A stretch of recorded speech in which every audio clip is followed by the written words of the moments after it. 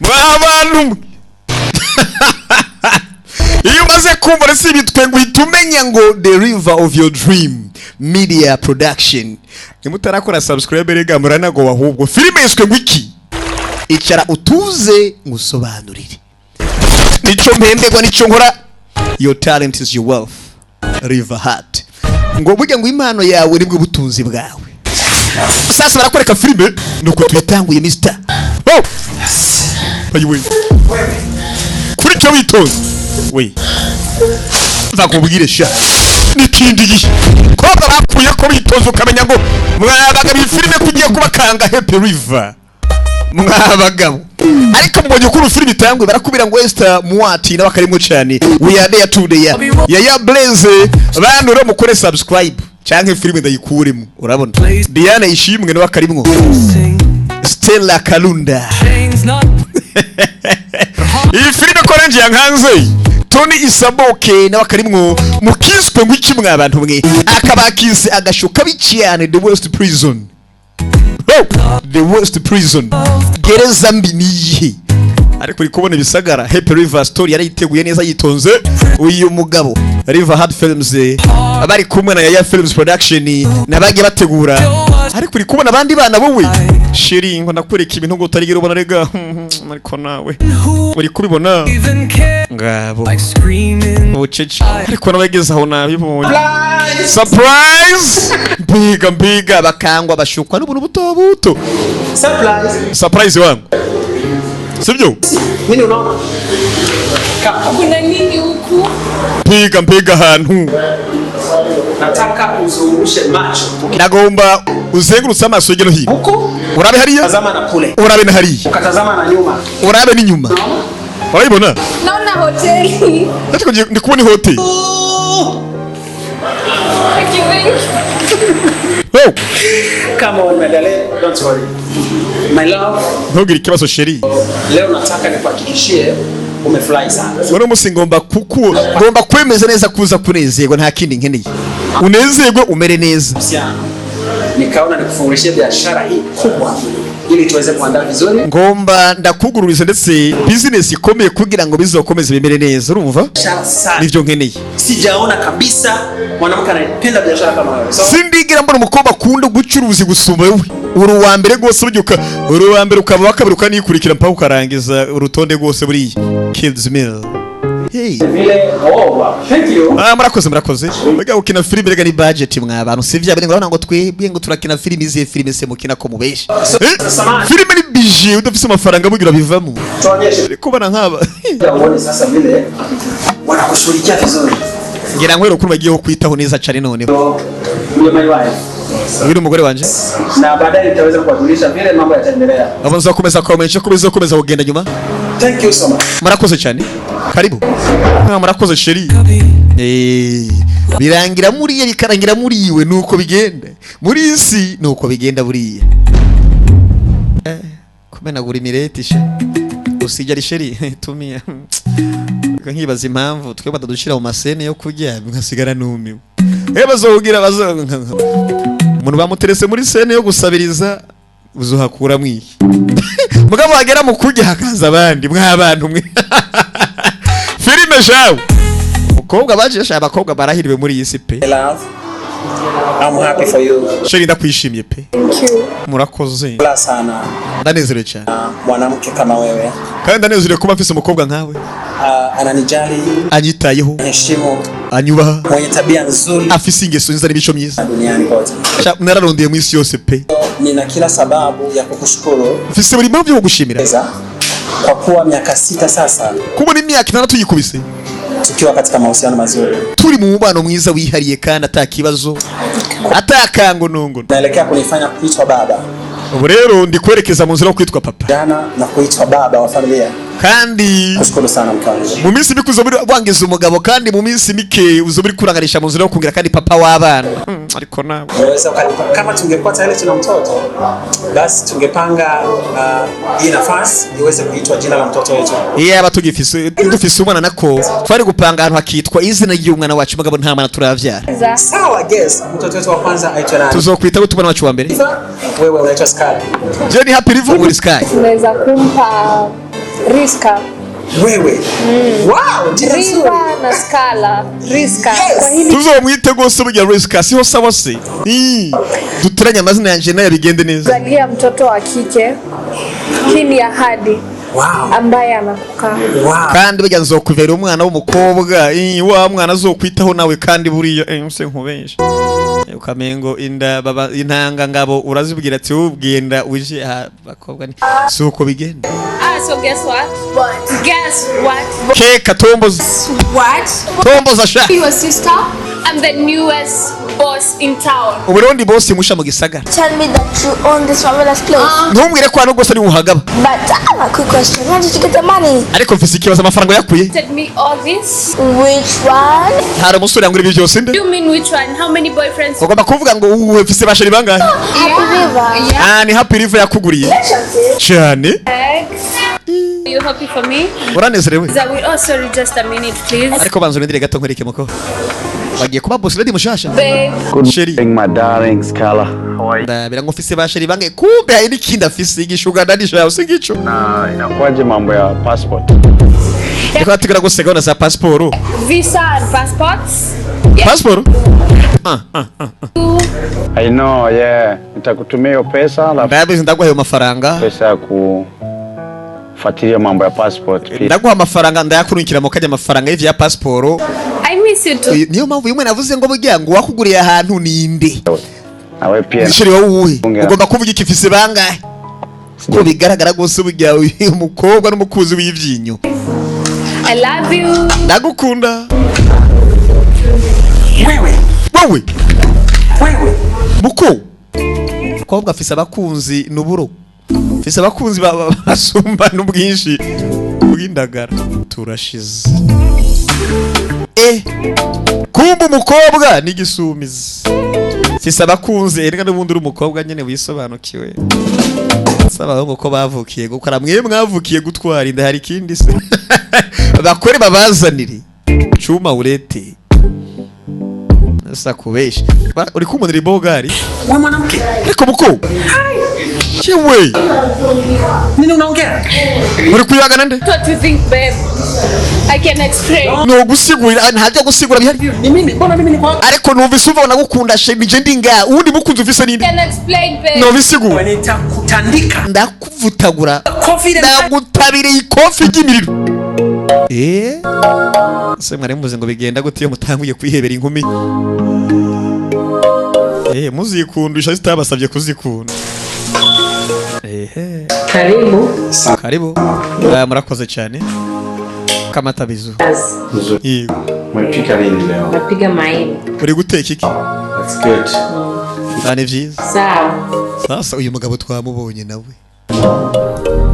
twabwira ngo abagabo sabize we sheri nabya sheri Skala na kuita mara ngapi Skala wewe?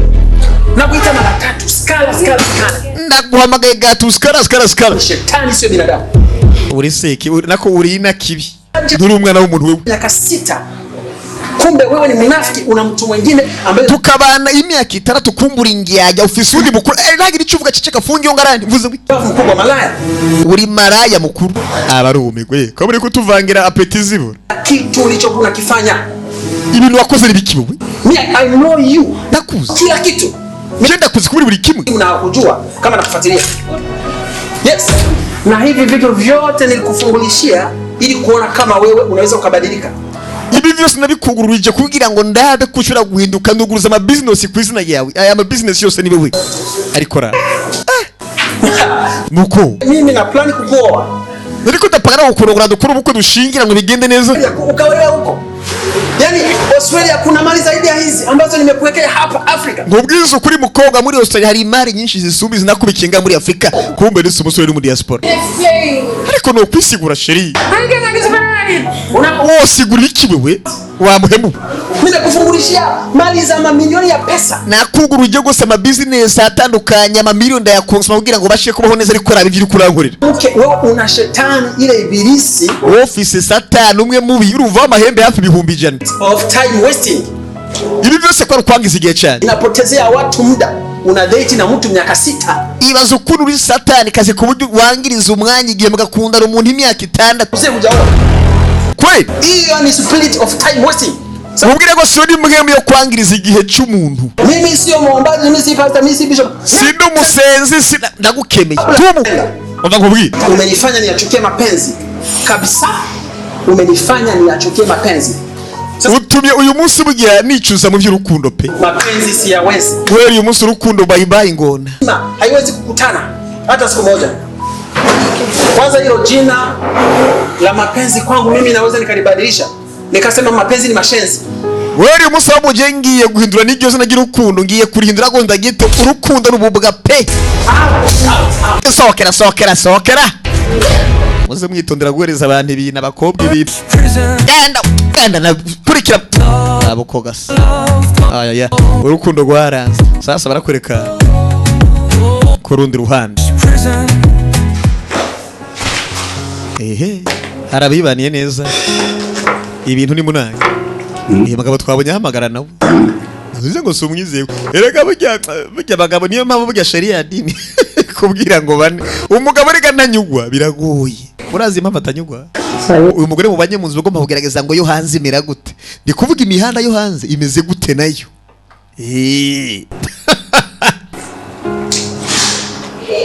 Urakina. Akajuice. Mbanze mvangemo kwaza nakajimwa. Something created by God. And the first people it was Adam and Eva. Tibugise rimwe n'abantu abantu bambere bari Adam na Eva. Special love is a gift from God. Tibugira urukundo ni impano iva ku Mana. But after that people start to change. There is no aho hambere rumeze neza abagabo abantu batangiye guhinduka mwabana. Abanza ari beta kwanza umugabo nawe twabonye afise ukuntu ahamagara. Erega abagabo gose sabana babi. Asa kwanza mu cyumba mu ibanga rikomere kambanze mpamagare shushu na shushute shushuzo. Telefone. Umugore ari kujyaze ngo bimeze neza. Ariko uri umugore w'ubwenge rega n'ubundi ni hahandi. Muzo baravuye mu bukene umugabo aguciye inyuma kabujya neza. Nari. Bikunda ku bagore baba nyine usanga byarakomeye. Nakubwiye filime yiswe The West Prison. Gereza mbi cyane agasho kabi cyane. The West One. Abahamagaraho bamaho niyo mama telefone buriya yaje. Biranze. Ari kuvangamwo urumva kanakajya abandi babayeho neza rega. Bukene bwayo n'inzara zanyu zibageze ku matwi. Ariko turi kubasengera muzivemo. Pole.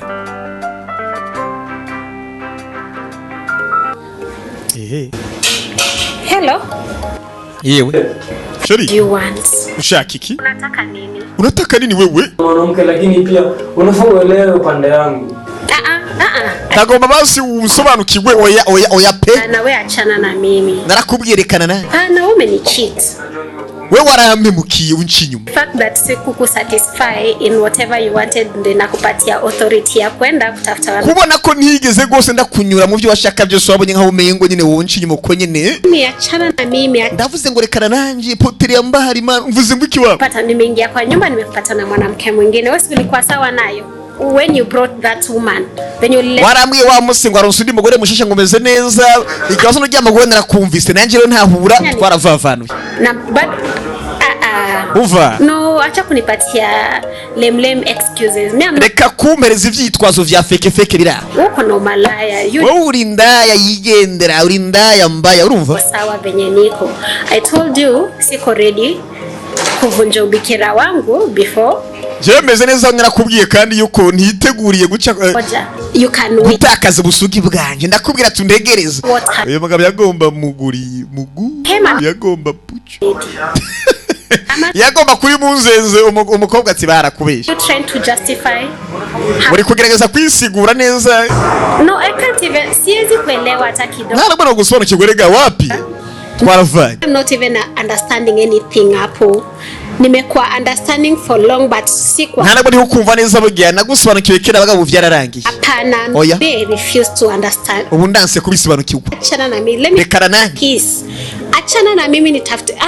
Reka nanjye mwana mvuze nk'ikibuwe. Tanipa amani, si wewe mwenye kila saa mambo kelele.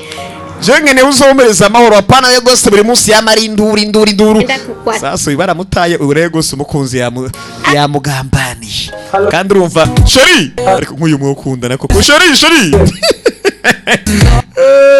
nisuri garagaza ko umugabo ari umucanyuma urumva nubwo birumvikana. Sasa abanyabibazo babiri bahuriye mu ka restaurant nimba tarakabari ntumba uri kubona abandi bakire byabe nusanga hari imiziki mena amatwi n'ubwonko ugasanga uyu unya nimba asakanyobwa yagasizaho. Habari. Muraho bavyeyi muraho. Niko salama pia. Nanje meze neza. Lakini samahani. Ariko uyanga. Ninajua hauko sawa kutokana na simu zako zile nilikuwa nikizisikia. Ndazi kutameze neza bivaye n'amatelefone ariko araguhamagara ngamo kandi ko ndumviriza. Nimekwambia habari ukajibu poa wakati naye nakubwiye ati biteye ntabwo bigeze unyumva neza ubusa n'ubanyikuye. It's okay. Nta kibazo. Ninakusikia ukiongea kwa simu na nombe suri kuba kuri telefone. Boya wanaume. Ni ibintu by'abahungu nyine muri izi na. Wanaume. Relationship, mapenzi. Ibintu by'urukundo kugira umubano n'umuntu. Fanyika tu. Usiseme Jaraba. wote. Mbona? Ntuyibaze ko abahungu bose ari babi. Gute? Wanaume kuna wabaya. Hari abahungu usanga ari babi. Wote. Ariko si bose. Hata wanawake pia ninajua bado kuna wale wema. Ariko n'abakobwa burya ndazi ko abandi beza. Cyane pese no hakana. Samahani nawe uyihangane. Uka hapa. Already. No kwicara ngani bundi amaze kwicara rega. Kwa kiti so. Yes. Uri ku ntebe. Natakuja. Hakuna ni mimi tu. Nice. So acha nichukue kinywaji changu. Reka mfata akanyobwa kanje. Come back. Maze ngaruke. Okay murakoze ntari bi. Banza gufatira akanyobwa aragaruka. Kabla ya imbere kuzungumza sana ningependa imbere kuvuga vishi reka mwenzangu naitwa nani? Reka mbaze nkumenye yitwa ngwiki. Yeah, tumekuja tukaanza kutrauma bound.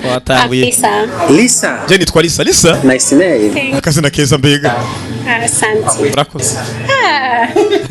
You are flirting. Yeah, okay. Ariko nawe uzikurata bana mashimwe. Je nitwa Happy River. To wenye furaha. Uto wenye furaha. Koko twese duhe turi abanyamunezero. You're happy. You're happy. That's why. Uranezerewe niyo mpamvu rega. Huyo mwanaume ameweza kuichezea na bahati yake kwa sababu kuipata tena sijui.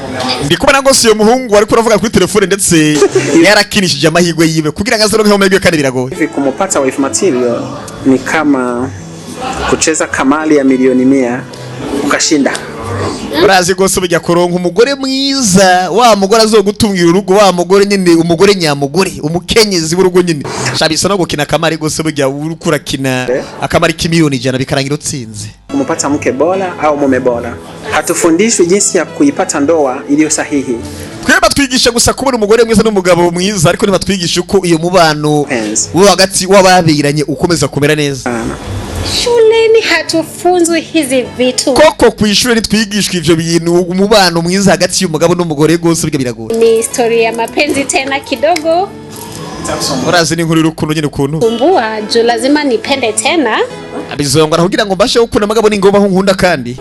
Hepa kama mwanadamu hawezi torokea itakupata. Lazima. Urazi bimeze nka gereza burya ibyo rukundo bimeze nka gereza. Naho ucika gute biragira kandi byongeye kugufata. Pain alafu kidogo uone mtu so ina happen. Mambo ya mapenzi kona mambo yake. Urazi biraba biri by'urukundo bisukwavyo. Kumupata mke bora au mume bora inakuja kwa wakati wake. Huwezi kuronka umugabo mwiza cyangwa umugore mwiza biza mu gihe cyavyo nshobora kubihatiriza. Na kitu huwa kinaniumiza sana. Hari kintu kimbabaza. Unakuta watoto wanazidi kuongezeka barabarani wanaotupwa wengine. Ugasanga abana gose bijya bamayi babo bakomeje kugira bamayi babo. Kabisha sana ni kwa sababu birababaje. Watu wengi wanazidi kuoana bila upendo, pasipo na upendo. Abana bakomeje kugira mu mihanda bamayi babo kubera abantu benshi bakomeje gutwarana atarukundo ruhari. Laya wanazidi kuwa wengi. Maana mtoto aliyelelewa na mama na baba ni vigumu sana kuwa na tabia mbaya kwenda barabarani. Ko n'ubundi biragoye buryo umwana yarezwe na se na nyina akwashobora kwiyadukiza ngo agende mu mihanda be mayibo biragoye. Nuko benshi gose bije batwara bataritegura batazi bagiye gukora ugasanga kibazo kiravutse. Itakuwa bora zaidi. Bizoba vyiza kurusha rero. Sasa akifanya hivyo situ itakuwa a very easy thing. Hata bigenze uko gose burya ndibaza bizwa ari ibintu vyoroshe gose. ingekuwa something like that hata yaba vyogenze ukwerega vyojyoha muri isi. twende tukawane. Haina shida. Let me take your number and Kafata nimero yawe. call you. Zoguhamagara. Alafu nikupeleke lunch then. Maze dusangire kandi urumva imirire tuvugane dukomeze kumejana. It's okay. Nta kibazo. The fact that unanitisha number na unanipeleka out nikiwa on such a trauma, haudhani kama hisi wakati wenye unafaa. Ariko rakeka gose burya kumbwira ngusabe nimero wongere kandi nguzuransohokana dusangira nkiri gose mwihungabana y'uko umukunzi wa mbere yarangambani yagomba ko dusambana agomba ko tubinoza ntakine gutakaza ubusugi ntibibaza ko igihe kibi gose musore wapi amakanimero shaye ibindi burya imbe buko yongana kose burya birangira ari ipusi barakubesha birangira ari yakayabo shami iyo nimero abakobwa ari birimo bitangaje rega yo kubwira ngo giye burya nacafise ubusugi bugasanga buriho koko inyuma yari umaze kubinoza basura murongo ntibimubuze kuzoguca inyuma n'inyuma yo kubana kwanye none ugasigara wibaza none binavyo ifu ubutakaza kare abakobwa babika ubusugi kubera gutinya imiryango kubera imigenzo kubera ibiki atari ko batabishaka ariko batinya izo babakonyene Sana. Katika marafiki zangu wote wewe namba moja. Mu bagenzi banje bose fisi namba moja. Na rafiki yangu. Tamosha. Yes. Runda. Urabe. Tumeweza kuongelea mambo yote lakini kuna kitu ambacho ningependa tukigusia kidogo. Hari ibintu twayaze vyinshi byose magabari kintu nkeneye ko tukora. Uyu muramuzi. Ni kwa nini wanadamu huwa hawakumbuki wema waliofanyiwa na ni kuberika abana b'abantu badakunda kwibukiriza bakorewe. Kuna ambao utawasaidia siku moja watakukumbuka maisha yao yote. Yes. Na kuna ambao utawasaidia maisha yako yote na hata kukumbuka hata siku moja. Vuba n'abantu bose burya bagabuye mici ibiri hari abuzofasha bazokwibuke hari abuzofasha rimwe bakwibuke ubuzima bwabo bwose hari n'abandi burya ndugu yangu bado naongelea mambo ya mahusiano. Irindi jambo ko ndagiye bagiye reka tugyumve neza. Abantu ndugu yangu bado naongelea mambo ya mahusiano. Uracavuga iby'urukundo ndi mambo tuzamana tuongelea ibintu by'ingenzi mwana tajikimoje kimwili kimaisha. Hari abantu gose burya ngo uzofasha rimwe bakwibuka ubuzima bwabo bwose hari n'abandi uzofasha ubuzima bwabo bwose ariko ntibazokwibuke n'umunsi n'umwe turakaguye ko nzima ukaimaliza lakini still kifo utakikuta huko unapoelekea. Umusore muto bashobora gukora ibyo ukora byose bagabo urufuzo rusanga iri kuraje. Ndio. Huwezi kuyakwepa mahusiano. Urukundo burya ntabuzo rukwepa. Nimeteswa. Narababajwe. Moyo wa ndakubagugunda. Umutima gose burya uragumbaha. Utajikuta kwa mahusiano bado umeyadondokea. Nyuma y'ibyo uzokwisanga burya ivy'urukundo wabigiyemo wabiguye mutabizi. Sima tuyongelee ni part of life. Ni ngombwa tubiyage kuko nubundi nico bigize igisha cy'ubuzima. Miaka 6 kwenye mahusiano. Sasa hivi mwanamke tumeachana. Ibaze ko namaze imyaka 6 mu rukundo biza kurangira umukobwa twatandukanye. Lakini kitu ambacho nilikuwa nataka unishauri ni kwa nagomba kumanura. Nuko mwanamke ambaye amenipotezea muda wa miaka 6. Hari umukobwa yantakarije igihe cy'imyaka 6. Nifanye kitu gani? Kwa sababu ndamukoriki. Mimi nilijua huyu mwanamke atabadilika kwa tabia zile ndogo ndogo nilizokuwa nikiziona, lakini kuko narinzi ko uyu mukobwa azohinduka mu bugeso buto buto nabona. Ariko nkibwira ko azenduka tubana. Kama mtu amechukua nusu ya maisha yako akaitupa baharini. Iyo myaka mwamaze buryo bisa nkaho umengo umuntu yafashe bisa nkaho yafashe inusu y'ubuzima bwawe bita muri Tanganyika ya mu kiyaga. Sasa nimekuelewa. Ndagutahuye. Saboke. Kwa hiyo unanishauri nifanye kitu gani? Umanu yankuri. Mwanamke huyu ni mwacha aende kabisa ama nifanye nini? Uyu mukobwa namureka agende cyane? Yes. Muri. Tuzi kushauri urudishe ubaya kwa ubaya. Sino kugira inama ngo inabu yisubize nabi. Oya. Sana. Baongaho sha. Bajya bagenzi beza babaho. Niwe mugenzi afise yizera. Sino kugira inama ngo inabi uyishuri indi nabi. Sha umuhanuye neza pe.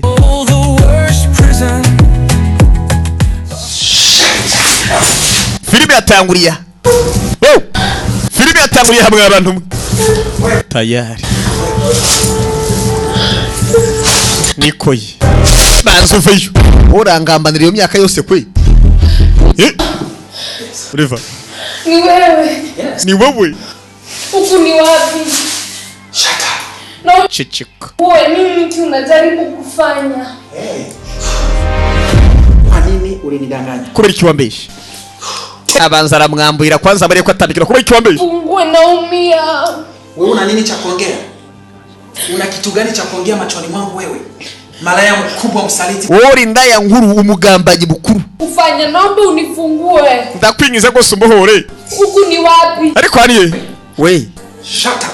Funga umudomo. Kakinya kabisa. Cheka kabisa nuna kakazi. Naomba unifungue. Shut up. Ndakwingiza mbohora. Tanaye kupenda, mimi sikupendi. Wewe. Rondera uko naje ntaba gukunda. Uvuze iki? Lako. Niko kuri. Shut up. Iwe kuvuga iki wowe? What are you trying to say? Sikupendi. Uri kugerageza kuvuga iki? Sinagukunda. Mimi nikupende. Wewe. Muko. Mimi mwanamke katika hii dunia yote. You. Nije muko bari muri UCG nyene. Hivi uko chini ya ulinzi wangu? Muko ubu ndagufise hasi hejuru.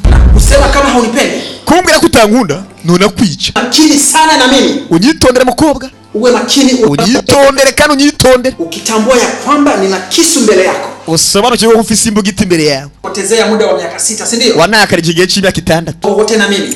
Sasa nataka nikwambie sasa ngira ngo ubwire ugihubereza mukobwa ndakwica hu. Usijaribu kucheza na hisia zangu. Ntugerageze ukina n'abaraga mutima yanjye. Yesu nikakumaliza. Ubu no kurangiza. Naweza kukuua. Nona kwica. Wewe unajaribu kuniacha mimi na kumfuata mwanamume mwingine. Ora gerageza kundewa kurikira undi mukobwa kwe nakundi muhungu. Chane na mimi. Ari kurekana nanje umukobwa aracere mugarije kandi yafashe. Mukonda kwica. Yenda gucumita. Unasemaje? Uvuze ngwi. Sema tena. Vuga twumve kandi. Subiramo. Rabo kogasa. Hey. Unipendi si ndio? Nunkunda sibyo? Urambye ngo nunkunda. Scar, you don't love me? Nunkunda kwe? Be careful. Uyitonde. With me. Unyitondere pe. What are you trying to say? Uri kugerageza kuvuga iki? Uwezi kudate na mimi miaka 6. Alafu ukaniacha na kwenda kudate na mwanamke mwingine. Niwo kundana nanje imyaka 6 hanyuma undeke ukaja gukundana n'undi muhungu. Miaka 6 hiyo. Iyo myaka 6 ambayo ulidate na mimi. Kuna jina la mtoto tulipanga. Hari izina ry'umukobwa twari twarapanze w'umwana wacu. Bali mimi sikupendi. Singukunda ariko jewe. Yako ilikuwa miaka 6 ya kukupenda na hiyo iliisha. Garanti ari imyaka 6 yo gukunda yararangiye nayo. Wewe umenipatia mkataba wa miaka 6. Bivuze ngo wampaye gose bijya kontra y'imyaka 6. Niyo masezerano. Mimi sina shida na wewe wala na mimi sikupendi kabisa. I don't love you. Nifungue ni. Nta kibazo mfitanye nawe urumva nta nabwo ngukunda sigushaka nanjye singukunda pe. Kama utanizalia mtoto. Ariko mbwira ko uzuvira umwana. Yes. Twaravyumvikanye. Wewe kuanzia sasa uko chini ya ulinzi wangu. Wewe ndagufise. Ukaishi hapa miezi 9. Kandi uzobanga ndetse amezi 9. Zalia mtoto wangu, then nikwachie uweze kwenda. Umvyaire umwana maze ngureke. Unajiona ni mulete ni lazima. Wewe ubana kuri mwiza isi yose ko ishira munsi birenge vyawe. Kweli? Wapi? Mara this is the worst prison. Gereza mbaya kuliko gereza zote duniani. Hii niyo gereza mbi gusumba izindi zo kwisi. Wewe miezi 9 uzogoma ngamezi 9. Nanyuka pasipo kutembea, pasipo kuliona jua. Hata gutembera hata guhaguruka hata kubona izuba uraha. Ulipo. Wala hata network haiwezi kushika hapa. Huna hata simu. Hano nta uzohamagara, rezo ntizikoraga hanya nta na telefone ugira. Wakati sasa hivi mimi niko na wewe. Na huyo kinyago wako nitaona vile atakupata. Ubu rero turi kumwenzo warabu yo muhirimbiri wa kwazo kuru. Ngitafuta na acha bari vuze ngwiki wewe. Wanda vuka vuka. Urakubise genda guhanya nyine ndacagukosora hubu. Rabu kwasa. Sasa hivi ni mtoto uliyeniahidi. Lazima unizalie mtoto wangu alafu wewe wende huko unakotaka. Rero umwana wansezeraniye ni ngombwa umumvyayire maze ugenda hushaka. Ili uende kuzana huyo pumbavu wako. Kugira ugende kuvyarana n'uwo mujinga wawe. Huyo ndiye mimi napenda. Wewe ngunda ariko jewe. Ndiye nitakayezalia. Wewe nzovyarira. Sasa umejidanganya. Ara uribeshe moko. Yako imechemuka tayari imewiva. Na ndio maana nikakuteka, nikakuleta ingo nayo yamaze kubira byamaze kurangira niyo mpamvu nagushimuse nkuzana. Wewe uko wapi? Hata wewe nta nubwo uzi nguri hehe. Urazi nahuzi aha ndagufise. Kupata ulipo. Nakuomba unifungue. Ariko ndagusabye ngo mbohore. Moko buretse. Fungue. Ndagufungura. I'm ready. Je nditegure. Kukomba kitu. Mva nkubwire. Naomba unikiss mara 3. Ndagomba unsome 3. Fungua. Chenda kugurura hey. I can never kiss a man I don't love. Jesse nshobora gusoma umugabo ntakunda barakubesha. Mbona hujaongeza ever kutarashira akajambo habe na rimwe. Sitawahi kabisa, sinzigera. Kuhesabu mara 3. Ngiye guhora gatatu. 2 3. Rimwe kabiri gatatu. Wewe usiponikisi. Nutansoba. Piga hiki kisu. Ndagucumita imbugita. Kufa. Uhita upfa. Ndaguhitana. 1. Rimwe. Nyica. Niwe. Nyica. Gatatu. Kiss me. Mukobwa n'ishyano. Gatatu nyica. Kiss me. Nsoma ndanse. You know who are you talking to? I know. Oh, uriko baravuga uramuzi ndamuzi. Mimi ni Black Man. Jewe rero ni umuntu mubi, umuntu yirabura. Black Man. Black Mamba. Wewe. Je ndetse ndi ngona yirabura sha Black Mamba. Mamba nyeusi ama mamba nyeupe. Koko uri ngona yirabura ubu yera birakuraba. I will never love you. Are you serious? Yes. Sinzegera nkunda bakora serious cyane. Can you Numusori. repeat again? I don't. Subiramo singukunda. Can you repeat? I Ongera. don't love. Singukunda. Wewe ukona kwica bo witonde. Wa musore mwiza. Eriko arasaba inama. Bari mikango araciye mutwa. Kobwa ari atamuvyare n'ikibazo ariko abakobwa baratangaje. Ibaze ko umusore babanye muri minsi mike.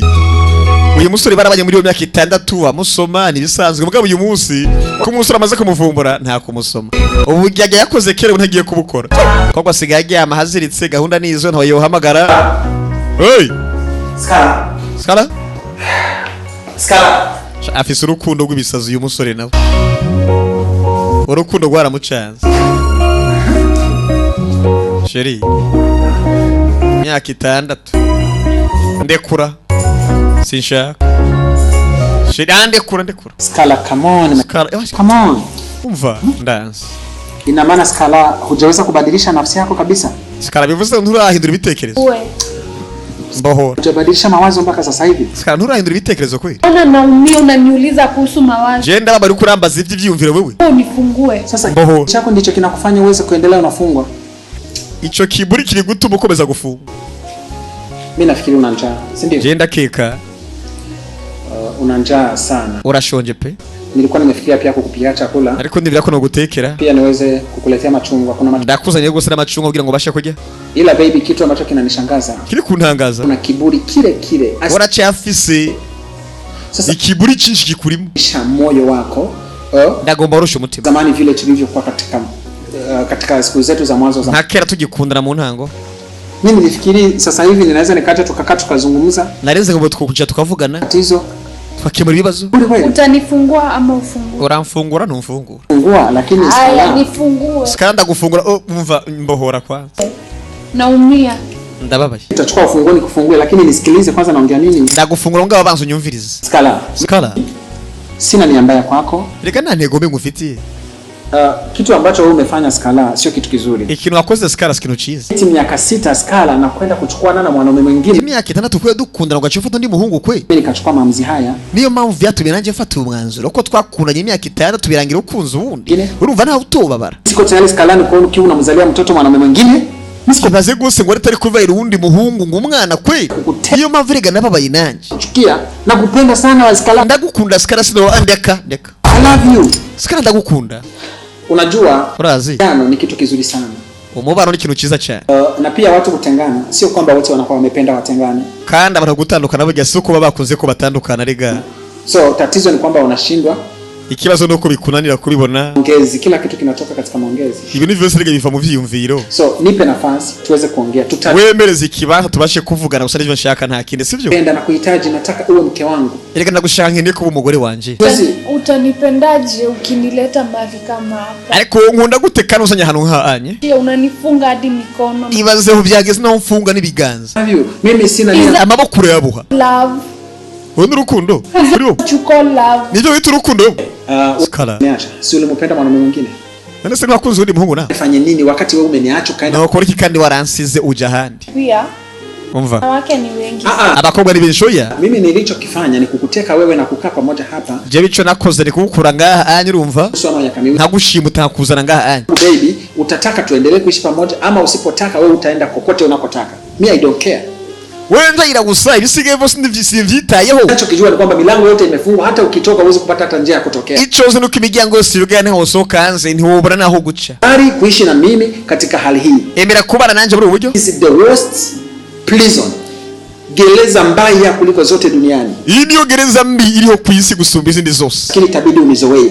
ariko biraza gusaba kumenyera. Chungwa ni kuandalia chakula uweze kula. Mengine achana nayo. Ibindi byose reka navyo share kanza n'amacungwa ubanza ujye ndagutegurira inga ibindi byose uvyihorere. Skala. Nimekuletea machungwa. Nakuzania amacungwa pe. Njoo basi. Njoo. Ingo basi nkwereke sivingwe nkwe. Haya. Okay. Skala we. Wewe uhitaji kunishi. Niko mbohura. Tuza wewe. Sogea hapa. Yegera nga. Njoo. Yegera. Wewe nitarudisha funguo. Ndasubiza inyuma imfunguzo. Sogea. Yegera nga. Ariko nawe. Wewe funguo nitatupa kule. Ndazijugugiza imfunguzo wa mukobwa. Nasema sogea nikushike. Ndavuze ngo yegera nga ndagufata. Bivuze ngo yakunze uyu mukobwa byanyabye. Kwigumura kuye kose burya bari by'ifagusa. Niko ye. Mtu kama akupendi kazi ipo. Umuntu yatagukunda burya sha ubufisa akazi karekare. Wewe Skala wewe. Skala sha wewe Skala nkubwira wagakobwa.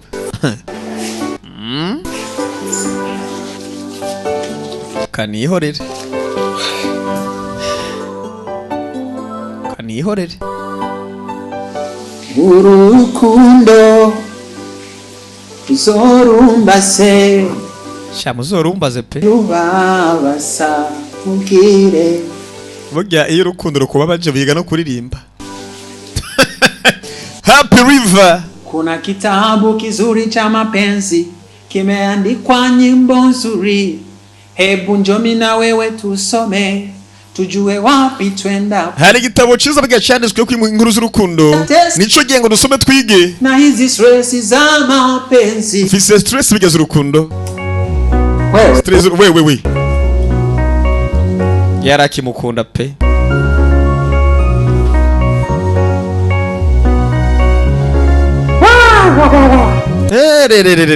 Mbega.